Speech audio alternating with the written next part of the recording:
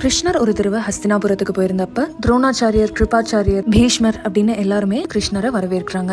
அப்ப கிருஷ்ணர் பச்சை வண்ணத்துல இருக்க ஒரு மாளிகையை காட்டி இது யாருடைய வீடு அப்படின்னு கேக்குறாரு. துரோணாச்சாரியர் இது என்னுடைய வீடுதான் மாதவா அப்படின்னு சொல்றாரு. அடுத்ததா கிருஷ்ணர் காவி நிறத்துல இருக்கும் ஒரு மாளிகையை காட்டி இது யாருடைய வீடு அப்படின்னு கேக்குறாரு.